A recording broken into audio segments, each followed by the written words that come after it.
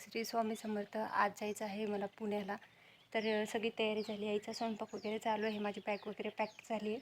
तर निघायचंच आहे. मस्त आता गावाकडची जी निसर्गरम्य प्रसन्न वातावरणाला आज बाय बाय करते. आणि आता पुण्याचं जे ब्लॉग आहेत ते तुम्हाला शेअर करत राहते. तर आईनं ना सकाळी सकाळी रामफळ तोडलेले आहेत, ताईला पार्सल द्यायचं त्याच्यासाठी. त्यानंतर टरबूज आणले होते, टरबूज खाणं बाकीच राहिलं. चिक्कू तोडून ठेवले तर ते विकूनच निघालेले आहेत. आईने थोडेसे पीठ बांधले तर शेवग्याच्या शेंगा बांधलेल्या आहेत. मी बॅगेत ड्रेस भरले. आईने इकडं कणिक वगैरे मळून ठेवलेले, भाजी बनवून ठेवलेली आहे. स्वयंपाक केला, जेवण केलं, टरबूज खाल्लं. डायरेक्ट दादानी मला गेवराईच्या बस स्टॉपला सोडलं, बसमध्ये बसवून दिलं. आणि आपलं जे आहे ना गेवराई टू पुणे हा जो प्रवास आहे ना तर तो सुरू झाला. आजचा जो प्रवास होता तो थोडा लेट केला होता सुरू, कारण की 10 वाजता मी बसमध्ये बसली होती. दादाने मला बसून दिलं. त्यानंतर करंजीचा घाट लागला.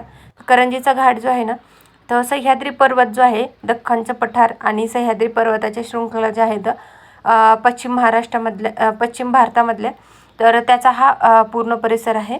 तर करंजीच्या घाटामध्ये आता हिरवळ वगैरे नाही आहे. आता मार्च महिना सुरू झालेला आहे, तर सगळीकडे वाळलेलं आहे वगैरे. त्यानंतर सुप्यामध्ये बस जेवायला थांबली. तर बाहेर जेवायला घेतलं तर काही असं तेलकट वगैरे मिळतं. मला ॲसिडिटीमुळे तसं काही खायचं नाही आहे. जेवण केलं, घरून आणलेला डबा, आणि डायरेक्ट पुण्यामध्ये आपला जो इंडियन फ्लॅग आहे ना तिथं थोडंसं शूट केलं. आणि मस्त मग घरी रूमवर पोहोचले. सगळ्या भाज्या वगैरे काढून ठेवल्या. दादा येत होता त्याच्यासाठी ना मग मी भाजी बनवायला घेतली. तर गावावरनं जी भाजी आणली होती आईने त्याला थोडीशी चुक्याची आणि पालकची भाजी दिली होती, त्याला आवडती म्हणून. एकच झाड होतं तर आईनं ते काढून दिलं होतं. तर मी लगेच पालकची भाजी निवडली. चुक्याची भाजी टाकली शिजायला आणि मस्त भाजी शिजत आहे.